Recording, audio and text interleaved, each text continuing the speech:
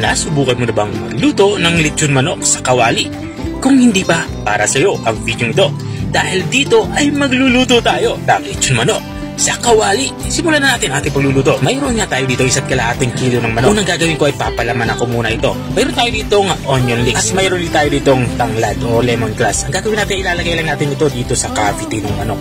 Makakatulong ito para madaling maluto yung loob ng ating manok. At matapos nga nating mapalamanan yung ating lulutuing manok, magsisimula na tayong mag-marinate. Kung ang ilalagay ko dito ay bawang. Isusunod ko naman tong ating sibuyas. Maglalagay na din ako dito ng luya. Bali, pinitpit ko lang ito.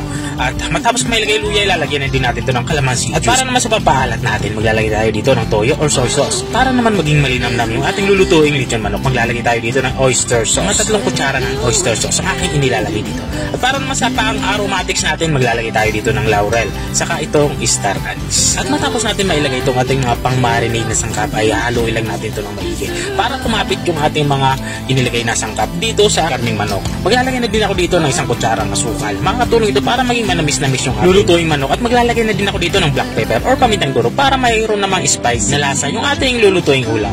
At kung nanonood ka pa rin hanggang dito sa kalagitnaan ng aking video, ibig sabihin ay nag-e-enjoy ka. Baka pwede mo naman i-comment kung taga-saan ka para alam ko kung hanggang saan umabot ang aking video. At matapos ko malamas ng maigi itong ating lulutuing lechon manok, ay itatabi ko muna ito. Imamarinate nga natin ito ng at least 3 hours kung nagmamadali kayo. Pero kung hindi naman kayo nagmamadali, pwede naman overnight. At matapos ko mamarinate yung ating karning manok, ay dito naman sa parteng ito ay magsisimula tayo magluto. Naglagay na ako ng mantika sa kawali at dito sa parteng ito ay sinisimulan ko ng isir yung ating karning. Ang gusto lang ma-achieve natin dito ay magkaroon ng sunog-sunog na parte itong ating nilulutong lechon manok. Yung parang nilechon ito sa uling. Ang gagawin lang natin dito ay babalik-balik na rin lang natin ito. At dito nga sa parteng ito, yung bandang likod naman yung aking sinisir. At matapos kong masir ng 1 minuto, itong bandang likod ay babalik na rin ko lang ito. Para yung bandang pretso naman yung masir. Tuloy-tuloy lang nga tayo sa pagbabalik-baliktad hanggang sa makuha natin yung kulay na gusto natin dito sa ating nilulutong ulam. At dito nga sa parteng ito, yung side naman yung aking sinisir. At kapag nagkuha na natin yung gusto natin kulay dito sa ating nilulutong ulam, ilalagay na natin itong ating pinagbabaran. Ito yung ating reserve na marinade.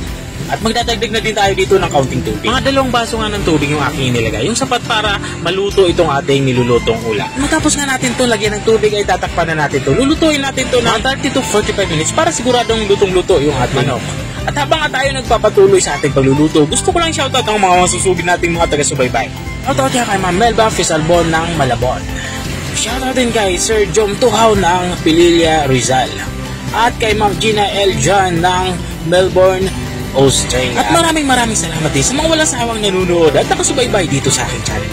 Balik nga tayo dito sa ating nilulutong ulam.